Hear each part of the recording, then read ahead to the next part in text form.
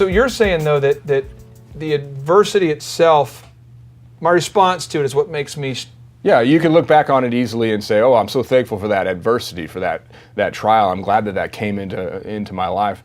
But really, you're not thankful for the adversity. You're thankful for the way that you responded, because the way you responded with the people that you trusted, paying them back, that gave you more credibility later on. Like, wow, Clay will always treat me right, even in a tough situation. For me, I had a similar situation where I partnered with a guy that I didn't know well. It was an unwise decision, and we all make mistakes, and we get into situations sometimes. We take action, and we're going to have to refine it later. Well, I got into a situation with somebody that was also a crook, and it was a hard part of my life, but the way I responded and the way that I moved out of it, even though in the midst of it, it seemed like terrible, it seemed like things were really, life was not going well, then later down the road, after I look back and I see where he's gone and where I've gone, I can see, wow, the way you respond really does matter.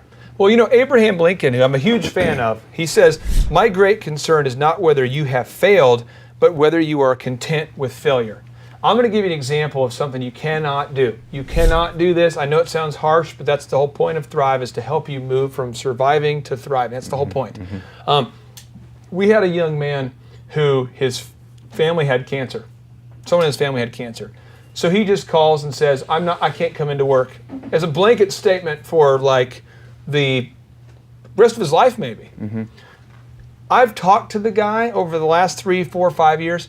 He has never recovered from that.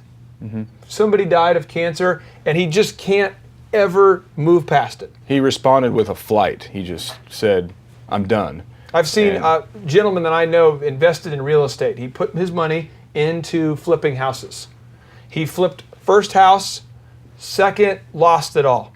Goes into bankruptcy, loses it all. Still to this day, he's like, I'm just done trying with a business. I'd rather just stay in the wage cage. I can't ever be successful. But if you think about Walt Disney, he lost all of the money that he had invested twice. But he kept going. We would not even know about him today if we hadn't got it. I think that's super important that we don't get stuck there. When you hear about a guy like Abraham Lincoln who makes comments like this, what does it do for you when you watch these autobiographies and these shows? Does it fire you up when you hear about the struggles these people went through? Yeah, it fires me up to see how they responded, because while we learn a lot from the way we respond, hearing from proven people like Abraham Lincoln or a lot of other people, see how they respond to tough situations. It fires you up. One thing, like with Abraham Lincoln, I can learn from that guy on simply how he had a lot of stuff going on in his life, a lot of things that could make him feel down. And he didn't really let his feelings drive his decisions. So he let his choices, the choices in his will, and a deeper part of him make decisions. And that's really across the board something you see from most entrepreneurs.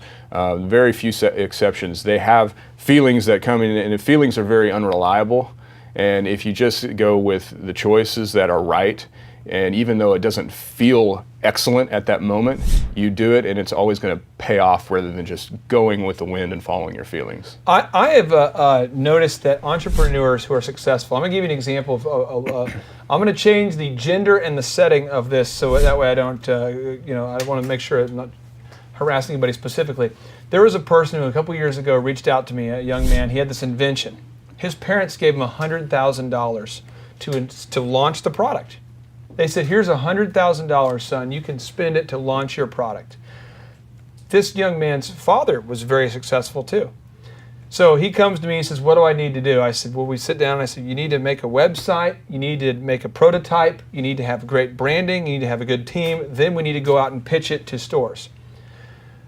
The web developer's not returning his calls. It just takes the wind out of his sails. He gets frustrated that the web guy's a crook. And he just can't ever get it done. 3 months, 4 months, 5 months, 6 months. He never gets it done. He's just like, the rejection took the wind out of his sails. He never did it. And I see that all the time, where it's like we have this great idea and then you deal with the web developer, or the guy who wants to get in real estate deals with the shady builder, the shady contractor. I tell you what, find me a good contractor. Man, you find me a good contractor, I'll keep that guy busy forever because it's so hard to find somebody who just can give you a reliable quote and get it done on time and that whole thing.